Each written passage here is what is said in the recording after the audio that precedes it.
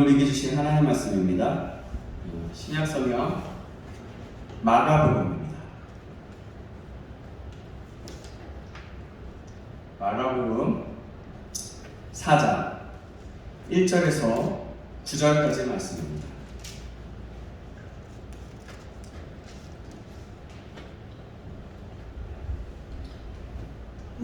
찾으셨나요?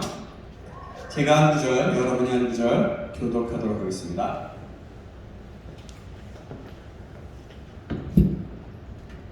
마가복음 4장 1절에서 9절까지 말씀.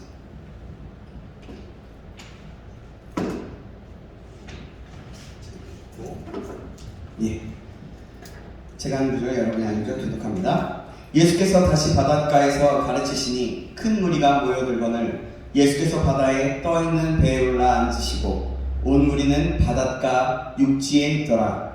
이에 예수께서 여러 가지를 들려가르치시니 그 가르치는 중에 그들에게 이르시되 들으라, 씨를 뿌리는 자가 뿌리러 나가서 뿌릴새에 더러는 들과 중에 새들이 와서 먹어버리고 더러는 흙이 얕은 돌밭에 떨어지네 흙이 깊지 아니함으로 곧 싹이 나오나 해가 든 후에 가서 뿌리가 없으므로 말랐고 더러는 가시떨기에 떨어지네 가시가 자라 기운을 막음으로 결실하지 못하였고 더러는 좋은 땅에 떨어지니 자라 무성하여 결실하였으니 30배나 60배나 100배가 되었으리라 하시고 같이 읽겠습니다. 또 이르시되 들을 귀 있는 자는 들으라 하시니라. 아멘. 아멘.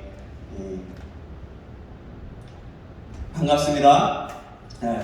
여러분, 우리 옆 사람과 인사 하나 하겠습니다. I love you. I love you. 사랑합니다. 다시 한번 좀 간지라도 좀 이렇게 눈 좀 마주치면서 사랑합니다. 사랑합니다. 사랑합니다. 사랑합니다. 사랑합니다. 사랑합니다. 사랑합니다. 사랑합니다. 사랑합니다. 사랑합니다. 많이 모여서 사랑합니다. 네, 좋아요. 네, 반갑습니다. 오늘은 마음의 준비라는 제목으로 하나님 말씀 받겠습니다. 사랑하는 여러분과 함께 말씀을 나누니 참 기쁨입니다. 우리가 사는 현대 사회를 보면 외모를 참으로 중요하게 생각합니다. 그래서 외모 지상주의라는 단어가 생겨났죠. 그죠? 무슨 말인가 하면 외모가 반듯하면 뭐든 잘 된다는 거예요. 취직도 잘 되고 결혼도 잘하고 뭐 다 잘 된다는 거예요. 인생이 열린다는 겁니다. 그래서 뭐니 해도 외모가 반듯해야 한다라고 합니다. 그래서 요즘에 성형외과가 아주 성업중이죠. 그죠? 아주 작은 시술을 받을 때도 많은 사람들이 성형외과로 가곤 합니다. 성형외과 저는 안 가봤는데요. 성형외과를 아주 그냥 간단한 거는 성형외과 가지고 이렇게 시술을 한다고 하더라고요. 그래서 아주 간단하게 그런다고 하더라고요. 그래요. 인간은 사람은 외모를 보지만 하나님께서는 외모로 판단하지 않으십니다. 사무엘상 16장 17절에 보니까 여호와께서 사무엘에게 이르시되 그의 용모와 키를 보지 말라. 내가 이미 그를 버렸노라. 내가 보는 것은 사람과 같지 아니하니 사람은 외모를 보거니와 나 여호와는 중심을 보느니라 하시더라. 아멘. 사람은 외모를 보지만 하나님은 중심을 보신다고 말씀합니다. 여기서 말하는 중심을 본다라는 원어 히브리어를 보면 속사람을 뜻합니다. 그게 레바브라고 얘기하는데요. 속사람을 뜻해요. 다시 말하면 속사람을 뭐라고 얘기하냐면 마음이라고 말했습니다. 마음을 보신다는 거예요. 하나님은 우리들을 외모보다 마음을 중하게 여기신다고 말씀으로 약속하셨어요. 그래서 하나님은 잠언에서 이렇게 권면을 해주셨습니다. 솔로몬의 잠언을 통해서 잠언 4장 23절입니다. 모든 지킬 만한 것 중에 더욱 내 마음을 지키라. 생명의 근원이 이에서 남이니라. 아멘. 하나님은 생명의 근원이 마음에서 난다고 우리의 마음을 지키라고 하십니다. 우리가 외모보다 훨씬 더 가꿔야 하는 것이 우리의 마음이라고 말씀하는 거예요. 우리의 마음을 어떻게 지키고 가꿔야 합니까? 예수님은 마가복음 4장에 들어오면서 천국의 진리를 비유를 통해서 제자들에게 가르치기 시작하십니다. 왜 예수님은 갑자기 천국의 진리를 막 전하고 치고 그러다가 진리를 비유를 통해서 가르치실까요? 그 진리를. 예수님에 대한 반대가 공적으로 심해졌기 때문이에요. 서기관과 바리새인들은 예수님의 가르침에 귀를 닫고 있었어요. 예수님께서 병자들을 고쳐주었을 때 귀신의 힘을 빌려 고쳐줬다고 했고 예수님을 비방했습니다. 이와 같이 자신을 향한 공격을 차단하고 제자들에게 천국을 더 쉽게 가르치기 위해서 마가복음 4장에서부터 비유로 가르치기 시작하는 거예요. 그래서 오늘 본문 11절, 12절에 보면 이렇게 말씀합니다. 11절, 12절 보시겠어요? 제가 읽어드리겠습니다. 외인에게는 모든 것을 비유로 하나니 이는 그들로 보기는 보아도 알지 못하며 듣기는 들어도 깨닫지 못하고 천국을 소망하는 자에게는 더 잘 들리게 하기 위해서라고 말씀합니다. 지금 예수님은 우리에게 그 비유를 통해서 반이야기를 하고 있어요. 반이야기. 즉 뭐라고 볼 수 있냐면 농사 얘기를 할 수 있다는 거예요. 농사 얘기를 하고 있다는 거예요. 농사 이야기를 하는데 그들이 흠을 잡을 데가 없어요. 흠을 잡지 못했어요. 아무리 흠을 잡으라고 해도 농사 이야기를 하면서 제자들을 따라 불러서 농사 이야기에 대한 담긴 비유를 설명하고 질문을 받고 해석해 주셨어요. 우리가 이 땅을 살아가면서 가져야 하는 마음은 어떤 마음일까요? 예수님은 같은 장소에서 예배를 드려도 마음을 네 종류로 나눕니다.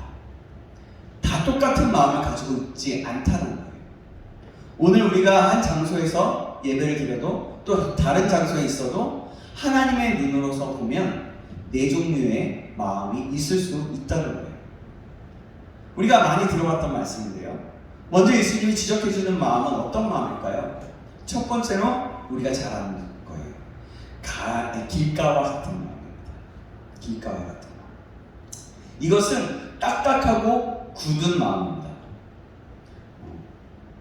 여러분, 이스라엘 땅은요, 돌이 많이 있어요. 작물을 심기 위해서 돌을 치우고 걸어 다니는 아주 딱딱하고 굳은 길을 의미합니다. 농부들이 씨앗을 뿌리면서 그 딱딱한 길에 뿌려진 씨앗을 새들이 와서 먹어버린대요. 여러분, 예수님이 말씀하시는 이 길가의 마음은 어떤 마음일까요? 이 마음은 하나님의 말씀을 부인하는 마음입니다. 완고한 마음이에요. 자신을 돌아보고 날마다 애통하며 가난해야 하는데 이러한 사람들은 마음이 단단해서 완전히 사단에 잡혀있는 자들입니다. 4장 15절을 보시면 예수님은 이렇게 설명하십니다. 오늘 본문 4장 15절 말씀인데요. 본문 이후의 말씀인데요. 15절 말씀 보니까 이래요. 말씀이 길가에 뿌려졌다는 것은 이들을 가리킴이니 곧 말씀을 들었을 때에 사탄이 즉시 와서 그들에게 뿌려진 말씀을 빼앗는 것이요. 여러분, 어떨 때 사단이 하나님의 말씀을 우리에게 빼앗아갈까요? 동일한 본문으로 씨 뿌림을 설명하는 마태복음에서는 이렇게 설명하고 있습니다. 마태복음 13장 19절 말씀인데요. 제가 읽어드릴게요. 아무나 천국 말씀을 듣고 깨닫지 못할 때는 악한 자가 와서 그 마음에 뿌려진 것을 빼앗나니 이는 곧 길가에 뿌려진 자요. 오늘 우리가 말씀을 듣고 깨닫지 못하면 사단이 빼앗아간다고 말씀하십니다. 여기서 말하는 깨닫지 못한다는 말은 우리가 생각하는 이해력이 깊고 이해력이 좋고 또 IQ가 높고 낮다는 말이 아닙니다. 헬라 원문에 보니까 술리에밍이라고 얘기하는데 보면 함께 동참하다는 말이에요. 전치사와 사용하는 합성어가 함께 동참하다는 말입니다. 그렇게 합성어 말씀을 주는 교훈을 행하기 위해 나의 모든 정력, 힘을 기울이는 것, 그것을 지키기 위해 나의 마음과 생각들의 모든 것을 기울이는 것을 말합니다. 그러므로 길가에 뿌려졌다는 것은 하나님의 말씀에 대해서 그것을 대할 때 마음을 철저하게 닫아놓고 또 그 말씀을 받아들이지 않는 것을 얘기하는 거예요. 오늘 이 말씀을 들으면서 머리로는 다 이해는 갑니다. 그러나 이 말씀을 마음으로 받아들이지 않는 것은 마찬가지입니다. 받아들이지 않는 이유가 있어요. 그것은 뭐냐면 받아들이면서 순종함으로 내게 손해가 있습니다. 마음에 숨겨둔 상처와 수치심이 혹시라도 드러날까봐, 내가 아무도 모르게 즐기던 죄악과 쾌락을 포기해야 될까봐 그것이 두려워서 그 말씀에 동참하지 못하는 것입니다. 그 말씀을 내 마음에 담아두지 않습니다. 내 생각으로 판단하고 말씀에 동참하지 않는 거예요. 말씀을 들어도 변화를 받지 않으면, 말씀을 들어도 삶의 태도를 바꾸지 않으면 우리의 마음은 점점 더 단단해집니다. 여러분, 이것이 교회를 오래 다닌 사람, 어릴 때부터 다닌 사람들의 위험이에요. 교회 생활은 좋은 일입니다. 그죠? 신앙의 열매이 깊은 것은 참으로 감사한 일과 좋은 일입니다. 그러나 거기에는 조건이 있어요. 뭐냐면 날마다 말씀을 듣고 그 말씀에 동참해야 한다는 거예요. 함께 그 말씀으로 내 삶을 바꾸어야 한다는 거예요. 교회 생활을 하면서 말씀을 들으면서도 이런 이유 때문에, 저런 이유 때문에 마음을 닫으면 나중에는 어떤 하나님의 말씀도, 어떤 예배도 마음을 열 수 없는 길가와 같은 단단한 마음이 된다고 예수님은 말씀하고 계시는 거예요. 저와 여러분은 어떤 마음입니까? 어떤 상태입니까? 오늘 이 말씀을 듣는 중 그 동안에 길가와 같은 단단한 우리의 마음들이 성령의 은혜와 능력으로 갈아엎는 역사가 일어나길 주님의 이름으로 간절히 축복합니다. 아멘. 두 번째 예수님이 말씀하시는 마음은 어떤 마음일까요? 두 번째 마음은요, 돌밭과 같은 마음입니다. 이 밭은 겉으로 보기에는 아무런 문제가 없습니다. 겉으로는 흙만 보임으로 옥토와 같습니다. 그러나 조금만 흙을 들춰내면 거기에는 온통 돌이 깔려 있어요. 그래서 처음에는 옥토처럼 말씀이 뿌리를 내리고 잘 자랍니다. 그러나 조금만 지나면 죽게 됩니다. 왜냐하면 뿌리를 내리지 못함으로 말라 죽게 되기 때문에, 돌 때문에. 여러분, 이런 사람은 말씀을 감정적으로 갖는 사람들이에요. 감정적으로. 설교를 들을 때는 너무나 좋아합니다. 감격하며 눈물을 흘립니다. 그러나 집에 돌아가서는 말씀의 열매가 삶에 전혀 나타나지 않습니다. 10년을 교회를 다녀도 남편을 이해 못하고요, 아내와 가족들, 형제들을 이해하지 못합니다. 부모는 자녀들은 부모를 볼 때에 전혀 삶에 동의하지 않아요. 나 그래도 요즘에 열심히 신앙생활했어. 엄마한테 갔어요. 그래? 좀 기대는 해보지만 똑같아요. 그래서 다음부터는 기대를 하지 않는 거예요. 또 마찬가지. 그 뭐냐면 부모님이 은혜를 받고 왔어요. 내가 미안하다. 잠깐은 그래요. 그러다가 또 똑같이, 그러다 보니까 말씀드려도 똑같이 애들은 자녀들은 부모들에게 그렇게 얘기한다는 거죠. 그렇게 이해하지 못하는 거예요, 서로. 신앙의 열매는 있는데 삶은 여전히 똑같다는 거예요. 예수님은 이런 자의 마음을 이렇게 설명해 주고 있어요. 마가복음 4장 17절 말씀인데요, 제가 또 읽어드리겠습니다. 그 속에 뿌리가 없어 잠깐 견디다가 말씀으로 인하여 환난이나 박해가 일어나는 때에는 곧 넘어지는 자요. 여러분, 하나님의 말씀이 떨어져 열매를 맺기 위해서는 인내가 필요합니다. 그저 설교 한 번 듣고 은혜 받아서 내 삶이 변한다면 얼마나 좋을까요? 물론 한 번의 설교로 삶이 변할 수 있습니다. 그러나 그 변화된 삶은 아주 약해요. 계속해서 변화되어서 열매를 맺어야 하는 거예요. 하나님의 말씀이 내 마음에서 열매 맺기 위해서는 무엇이 필요한지 아세요? 그 뭐냐면 환난이나 핍박을 견뎌내야 한다고 성경은 말씀해요. 여러분, 이것은 너무나 당연한 진리입니다. 잘 생각해 봅시다. 자, 보세요. 논과 밭에 떨어진 씨앗이 어떻게 열매를 맺어요? 뜨거운 태양 아래서 강물을 견뎌내야 하고, 때로는 홍수로 인해서 물속에서 견뎌야 해요.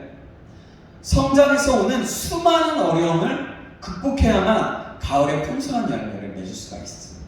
그쵸? 그쵸? 여러분, 우리의 마음도 마찬가지예요. 어떤 사람이 열매를 맺는가? 성경은 말씀하고 있어요. 인내하는 자가 열매를 맺는다고 말씀하십니다. 하나님은 우리의 신앙생활을 마라톤에 비유하시면서 마라톤과 같은 신앙생활에 승리하기 위해서 반드시 필요한 것을 히브리서 12장 1절에 말씀하고 있어요. 제가 읽어드리겠습니다. 이러므로 우리에게 구름같이 둘러싼 허다한 증인들이 있으니 모든 무거운 것과 얽매이기 쉬운 죄를 벗어버리고 인내로서 우리 앞에 당한 경주를 하며 믿음의 주여 또 온전하게 하시는 이 예수를 바라보자. 그는 그 앞에 있는 기쁨을 위하여 십자가를 참으사 부끄러움을 개의치 아니하시더니 하나님 보좌 우편에 앉으셨느니라. 아멘. 여러분, 신앙생활의 마라톤에서 승리하기 위한 요소를 성경은 인내라고 말씀하고 있어요. 그렇게 가르치고 있어요. 참는 것입니다. 참는 것. 예수님도 이 땅에 오셔서 자신의 사역을 감당하기 위해서 참으셨다고 말씀합니다. 우리의 스승이시고 주인이신 예수님이 참으셨다면 우리들은 당연히 우리들도 참아야 한다는 거예요. 마라톤은 쉬운 경기가 아닙니다. 그죠? 올림픽에서 여러 개의 메달이지만 마라톤의 메달은 좀 달라요. 그때 마라톤의 그 메달을 주면서 월계관을 씌워줍니다. 왜냐하면 다른 경기도 마찬가지지만 특별히 마라톤은 인간의 한계를 극복하지 않으면 승리할 수 없는 경기이기 때문입니다. 여러분, 신앙생활의 비결은 없습니다. 굉장히 단순해요. 매일 같은 장소에서 같은 성경 말씀을 듣습니다. 또 경건훈련과 봉사를 하다 보면 때로는 하기 싫을 때가 있어요. 설교자가 설교를 할 때면 언제나 즐겁고 은혜가 있을까요? 많은 경우에는 기쁨이 있고 즐거워해요. 제가 오늘 말씀도 연구하고 준비할 때 그랬어요. 이건 어떤 말씀이지? 막 책도 찾아보고 인터넷도 검색해보고 또 주석책도 보고 막 여러 가지 보면서 제가 한번 눈 감고 묵상도 해보고 그러다 졸기도 하고 그래요. 정말 기쁘고 즐거울 때가 있어요. 그러나 때로는 설교가 힘이 들 때가 있어요. 설교를 작성하려면 이틀을 꼽아 책상 앞에 인내해야 할 때도 많이 있어요. 영적인 부담이기 때문이에요. 여러분들도 마찬가지입니다. 신앙생활이나 직장생활이 또 학교생활이 때로는 힘이 들 때 모든 것을 포기하고 싶을 때가 있을 것입니다. 부인이 살림을 하기 싫을 때가 있을 것입니다. 그러나 성경은 말씀합니다. 어떤 마음이 열매를 맺는가? 바로 인내해야 열매를 맺는다고 성경은 가르치고 있어요. 우리가 하나님의 말씀을 받고 그 말씀에 열매를 맺기 위해서는 반드시 찾아오는 어려움을 참아야 한다는 거예요. 그때 많은 사람들이 포기를 합니다. 그들의 마음이 바로 돌밭과 같은, 돌짝밭과 같은 마음이에요. 그러나 환난과 핍박을 인내하면 우리의 마음에 돌들이 사라지고 많은 열매를 맺게 된다는 겁니다. 그렇게 된다는 것을 믿으시기 바랍니다. 네. 세 번째, 예수님이 가르치시는 마음은 가시밭과 같은 마음입니다. 이 밭은 일시적으로 잘 자랍니다. 돌밭과 달리 이 밭은 뿌리를 잘 내요. 그러나 옆에서 자라나다 보면 옆에서 있는 가시의 기운에 밀려서 마침내 죽어버려요. 아니면 이러고 조그맣게 끝까지 살아남으려고 하지만 아주 약하게 살아남는 거죠. 그러다가 죽게 됩니다. 하나님의 말씀을 잘 받아들입니다. 마음을 열고 말씀을 잘 받아요. 그러나 문제는 막상 삶에는 열매가 없어요.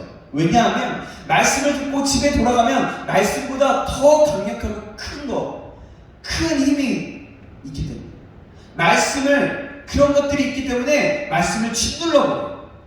말씀보다 더 강력한 것이 마음을 지배함으로 열매를 맺지 못하게 되는 거예요. 여러분, 아주 심각한 문제예요. 분명히 감격적이고 감동적인 예배를 드렸어요. 막 눈물도 흘리고 하나님께 영광을 돌리고 막 하나님 막 기뻐하면서 뛰기도 하고 여러 가지 훈련도 있었어요. 말씀에 너무나도 은혜를 받았어요. 또 여러 가지를 통해서, 정말 인터넷을 통해서든 어떤 동영상을 통해서든 뭘 통해서든 은혜를 받았어요. 그런데 왜 삶의 열매가 없습니까? 그리스도인들 가운데 가장 많은 사람들이 이 부류에 속해 있어요. 모든 것이 정상입니다. 교회 생활도 봉사도 정상이에요. 그런데 열매가 없어요. 문제가 무엇일까요? 마음속에 거하는 가시 때문이에요. 예수님이 말씀하시는 가시의 의미는 무엇일까요? 예수님은 하나님의 말씀이 우리의 마음속에서 성장하지 못하는 이유를 이렇게 설명해 주세요. 오늘 마가복음 4장 19절 말씀입니다. 이 19절 말씀은 함께 읽어볼까요? 자, 19절 말씀이에요. 같이 읽겠습니다. 시작! 세상의 염려와 재물의 유혹과 기타 욕심이 들어와 말씀을 막아 결실하지 못하게 되는 자요.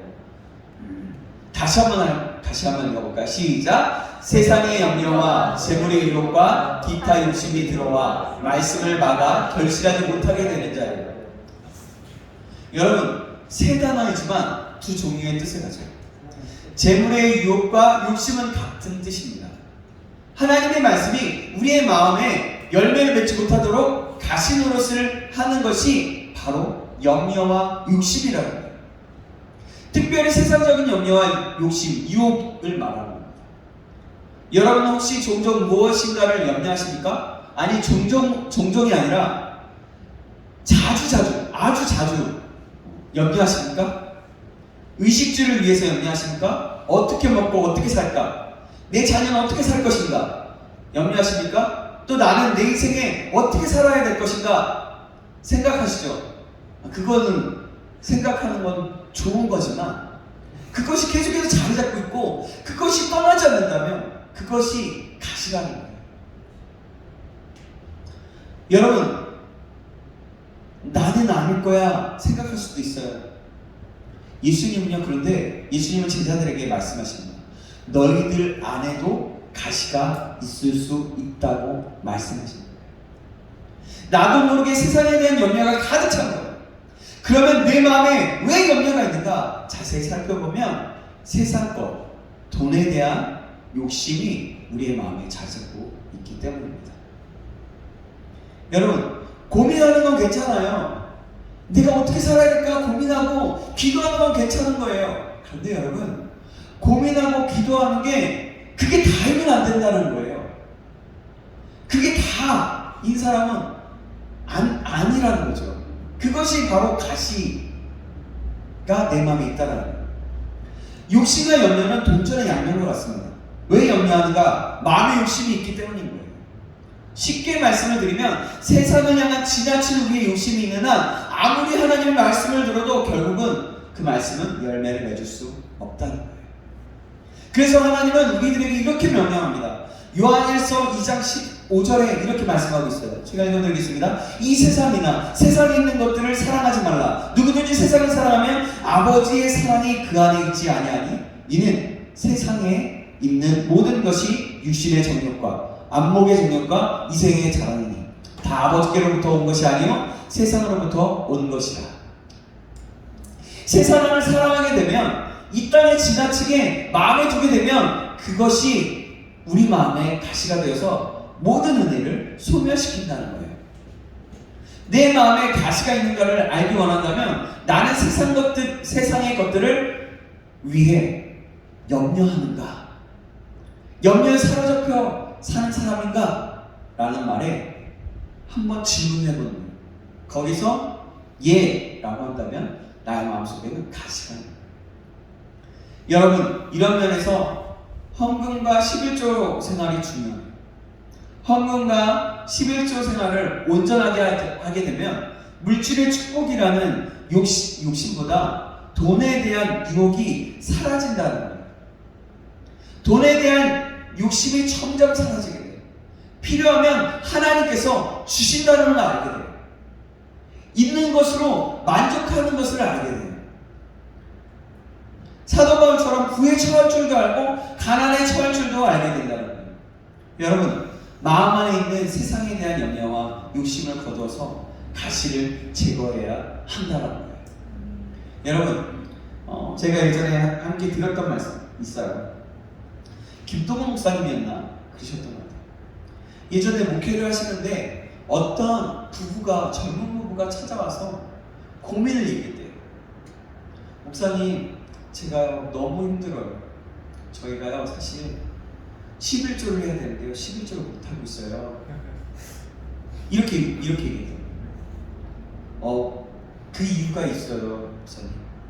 저 아이가 지금 아기가 태어난 지 얼마 안 됐는데 젖을 먹지 못하고 지금 분유를 사서 먹여야 돼요. 근데 분유를 사서 먹이려면 11조 할 게 없고요. 돈이 없고요.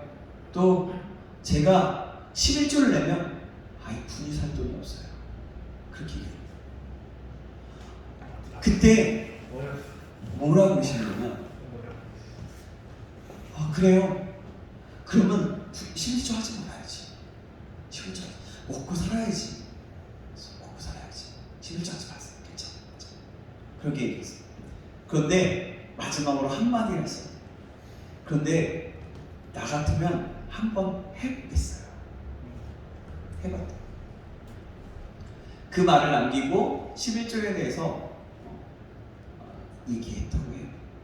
그 사람은 나중에 어떻게 되었을까요? 그 말씀을 듣고 순종했다라는 얘기를 들었던 것 같아요. 제 기억으로. 순종하고 그랬을 때 하나님이 더 많은 것으로 채워주셨다는 것을 얘기합니다. 여러분, 그런 의미에서 이런 게 사실은 신앙생활이거든요. 정말 돈이 없어서 사실 저도 예전에 그런 일들이 있었어요. 돈이 없었어요. 돈이 없어가지고 어떻게 살아야 될지 돈은 못 벌고 막 그러고 있었어요. 근데 그때마다 때를 따라서 돕는 은혜를 주시고 또 11조까지 하나님 앞에 드릴 수 있는 은혜를 주시고 여러분, 하나님께서는 우리에게 말씀을 주신다면, 약속하신다면 그 말씀은 반드시 이루고야 마시는 하나님이세요. 여러분, 그것을 기억하시기 바랍니다. 여러분, 내 인생을 책임져 주신다고 말씀하신 하나님이라면 우리가 우리의 모든 것을 드릴 수 있는 거예요. 실제적으로 그러지 못할 수 있지만 그 세상의 유혹, 세상의 그 힘듦, 내가 어떻게 살아야 될지 내 마음속에 그 부담감이 있지만 그때마다 하나님 앞에 한 번, 두 번, 세 번 기도하고 맡겨드리는 거예요. 바울이 어떻게 했어요? 가시를 통해 자기 안에 가시가 있다고 얘기했는데 그것을 3번 구하고 말았다고 얘기했어요. 그때 하나님은 바울을 통해서 다른 그것을 완전히 해결해 주시지 않으셨지만 다른 것을 통해서 하나님의 일을 행하셨어요. 부에 처할 줄도 알고 가난에 처할 줄도 알게 되는 바울이 되었다는 거죠. 아까 얘기했죠. 그래서 여러분, 우리 마음 안에 세상에 대한 염려와 욕심을 거두어서 가시를 제거해야 된다는 거예요. 날마다 내가 혹시 가시를 갖고 있지는 않는지 돌아봐야 된다는 거예요. 그리고 내 마음의 동기가 내 욕심으로 남자만을 위해서 그런 고민이거나 그런 생각은 아닌지 고민해보고 기도해보고 해야 된다. 동기를 삼는 거예요. 우리 모두가 그럴 수 있게 되길 바랍니다. 마지막으로 4번째, 우리에게 가르쳐 주시는 말씀이 있습니다. 그것은 옥토와 같은 마음입니다. 이 마음은 열매를 맺는 마음이에요. 이 마음은 말씀을 잘 받고 있는 마음이에요. 말씀을 잘 받는 마음이에요. 말씀을 영적으로 잘 이해합니다. 그리고 그의 삶에 환난이나 핍박이 와도 인내로서 그 어려움을 견디고 이깁니다. 세상의 유혹과 염려가 없을까요? 다 당연히 있어요. 항상 유혹과 욕심이 찾아옵니다. 그러나 그는 믿음과 기도로서 모든 욕심을 물리치는, 떨쳐내버립니다. 여러분, 옥토와 같은 저절로 되지 않습니다. 땅을 갈아 흙을 부드럽게 하고 돌멩이를 날마다 골라내어야 해요. 끊임없이 자라는 마음의 가시를 날마다 기도와 말씀으로 제거해야 된다는 거예요. 아까 제가 세 번째 파트 얘기할 때 마지막으로 얘기했던 그 내용인 거예요. 본문과 동일하게 기록하고 있는 누가복음 8장 15절에는 이렇게 기록하고 있습니다. 좋은 땅이 있다는 것은 착하고 좋은 마음으로 말씀을 듣고 지키어 인내로 결실하는 자니라. 아멘. 좋은 땅이 있다는 것은 말씀을 듣고 지키어서 인내로 결실하는 자라고 말씀하고 있어요. 여기서 지킨다는 것은 꽉 잡는다는 뜻입니다. 하나님의 말씀 받을 때 나를 향한 말씀으로 받는 거예요. 그리고 세상의 핍박이 그것을 가져가지 못하도록 지켜내는 거예요. 내 마음을 그것에 마음으로 잡아내는 거예요. 하나님의 말씀 지켜내는 거예요. 세상의 염려와 은혜를 막지 못하도록, 세상의 욕심이, 세상의 유혹이 은혜를 막지 못하도록 말씀으로 지키는 거예요. 말씀으로 날마다 지키는 거예요. 여러분, 세상에 누구를 염려가 없겠습니까? 누구를 유혹이 없을까요? 문제는 염려가 없는가, 가시가 없는가, 유혹이 있는가 없는가 보다 중요한 것은 내가 지켜내는 거예요. 하나님의 말씀을 꽉 붙잡아 빼앗기지 않는 것이 중요한 거예요. 우리가 우리의 마음밭에서 돌들을 날마다 가려내고 길가와 같은 마음밭을 성령의 능력으로 갈아뒤었고 가시를 날마다 제거하게 되면 우리의 마음밭이 옥토가 된다고 성경은 말씀하고 있는 거예요. 능력 있는 하나님의 말씀이 우리의 마음에 떨어지면 30배로, 60배로, 100배의 결실을 맺는다고 성경은 말씀하고 있어요. 약속하고 있어요. 약속. 여러분, 예배를 드릴 때 기쁨이 있으면 너무나 좋습니다. 그러나 아무것도 아닐 수도 있게 된다는 거예요. 말씀을 삶에 적용하기가 어렵지만 환난과 핍박이 와도 말씀대로 살아가는 것이 중요하다. 믿음으로 이겨내는 것이 중요하다는 거예요. 들은 말씀을 마음에 꽉 붙잡고 살라는 겁니다. 그 결과는 마음속에 염려가 없어지고 삶이 회복되어진다는 거예요. 이전에 외면했던 사람들이 그 사람의 삶을 보고 놀라는 거예요. 내 자녀들이 말씀대로 살아가는 것을 보고서 와, 아빠가 바뀌었어, 엄마가 바뀌었어 라고 하는 거예요. 또 내 부모님들이, 내 형제들이 야, 동아리가 바뀌었어, 와, 저를 보면 경호가 바뀌었어, 우리 효범이가 바뀌었어, 기쁨이가 바뀌었어. 모두가 그렇게 이러는 거예요. 우리 예나가 바뀌었어. 예나 전에 그렇게 놀라는 거죠. 과거에는 우리가 용서하지 못했던 일들을 용서를 합니다. 말과 행동들이 변했습니다. 하나님의 축복이 자손 대대로 내려가게 됩니다. 이것이 결실을 맺는 것이에요. 여러분, 우리는 십자가의 은혜로 하나님의 말씀을 마음에 뿌린 자들입니다.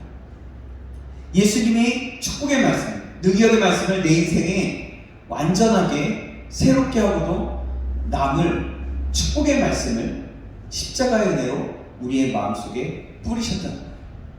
이 문제는 우리에게 달려있어야지.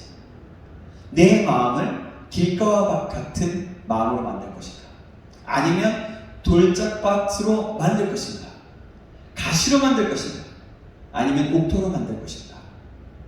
이것은 이제 우리에게 달려있다. 날마다 기도와 말씀으로 우리의 마음을 바꿔가길 바랍니다. 뒤집어 엎길 바랍니다. 그래서 우리 모두 남은 인생을 옥토로 그렇게 가꾸어 나가서 능력의 하나님의 말씀이 100배의, 30배의, 60배의, 100배의 결실로 우리의 인생에 나타나서 복의 통로로 살아가는 모두가 되시길 주님의 이름으로 축원합니다. 아멘. 기도하겠습니다. 하나님 아버지, 오늘은 마가복음 말씀을 통해서 마음의 종류라는 제목으로 말씀을 받았습니다. 오늘의 말씀을 들은 우리는 어떤 종류의 마음인지 다시 돌아보게 되었습니다. 하나님 아버지, 우리는 연약하여 말씀을 받을 때 때로는 길가와 같은 마음이었고, 때로는 돌밭과 같은 마음이었고, 때로는 가시밭과 같은 마음이었고, 때로는 옥토와 같은 마음일 때도 너무나 많았습니다. 하루에도 수십 번이고 바뀌는 저희들의 마음이었던 것을 보게 됩니다. 하나님, 그때마다 우리의 마음을 날마다 새롭게 함으로 변화를 받게 하시고, 기도와 인내함으로, 믿음으로, 말씀으로 다시금 일어서게 하여 주시옵소서. 그리하여 말씀이 우리의 삶 가운데 나타나서 30배, 60배, 100배의 열매가 나타나 복의 통로로 사용될 수 있는, 하나님께서 주시는 은혜의 통로로 사용될 수 있는 자 될 수 있도록 인도하여 주시옵소서. 살아계신 예수 그리스도의 이름으로 기도합니다. 아멘.